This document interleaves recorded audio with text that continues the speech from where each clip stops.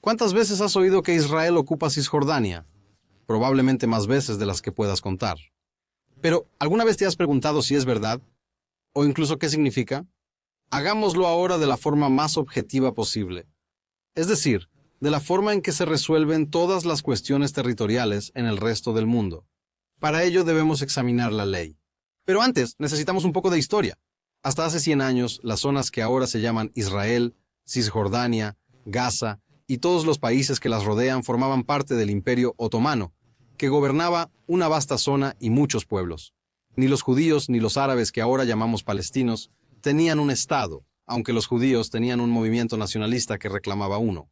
Todo cambió tras la Primera Guerra Mundial. Los otomanos lucharon en el bando perdedor con Alemania. Al final de la guerra, en 1918, su imperio se había desintegrado, dejando a británicos y franceses el control de gran parte de su territorio. En épocas anteriores, los vencedores habrían conservado estas tierras como colonias para sí mismos, pero había un nuevo espíritu de democracia en el aire.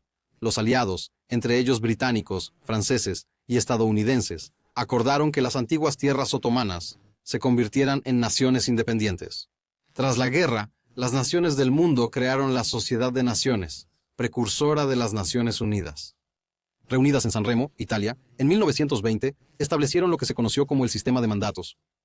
Las colonias de las potencias derrotadas, Alemania y el Imperio Otomano, se convirtieron en entidades geopolíticas diferenciadas, que pasaron a ser los países hoy conocidos como Irak, Líbano, Siria y Jordania. Nada de esto es controvertido. Hubo otro mandato emitido, el mandato de Palestina. Ahora bien, Palestina no era más que una denominación geográfica, el nombre que los romanos dieron al reino judío de Judea tras conquistarlo.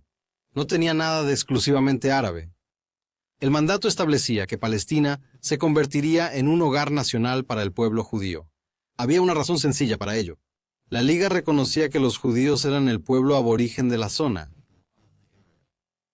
Todos los territorios obligatorios en el Medio Oriente pasaron a la condición de Estado en los años 30 y 40, siendo Israel el último en hacerlo, declarando la independencia en mayo de 1948.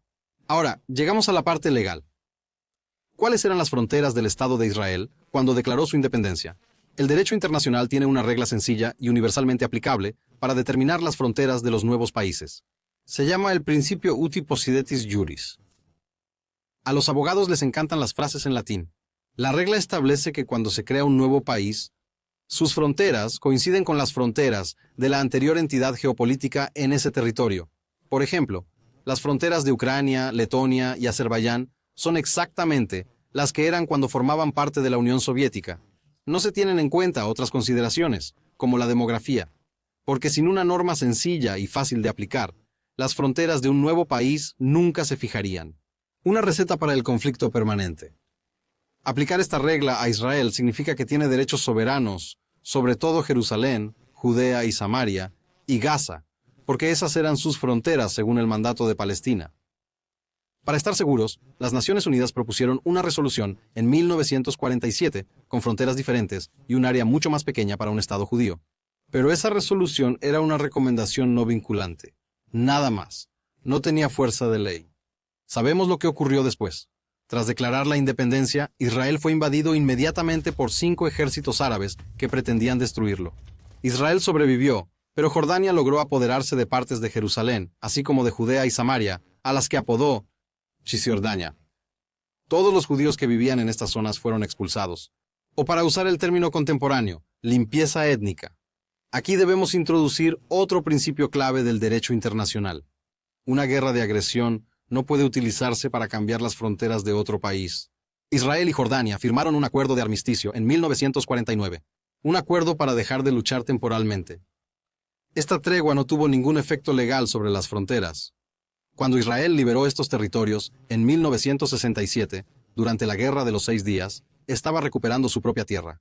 No puedes ocupar la tierra que te pertenece. ¿Y dónde estamos ahora? En 1994 se creó la Autoridad Palestina como parte de los acuerdos de Oslo. Israel no tenía por qué estar de acuerdo, pero lo estuvo. Aunque no es un Estado soberano, la AP funciona independientemente de Israel. La AP, y no Israel, gobierna la vida de los palestinos que viven en Cisjordania. Israel ha ofrecido a los palestinos un Estado plenamente independiente en varias ocasiones. En todas las ocasiones, los palestinos han rechazado la oferta, algo que no ha hecho ningún otro movimiento de independencia nacional en los tiempos modernos. Si tiene sentido o no que Israel renueve esas ofertas es una cuestión abierta, pero no tiene ninguna obligación legal de hacerlo. Soy Eugene Kantorovich, profesor de Derecho en la Universidad George Mason, para la Universidad Prager. Gracias por ver este video. Para que los videos de PragerU sigan siendo gratuitos, por favor considere hacer una donación deducible de impuestos.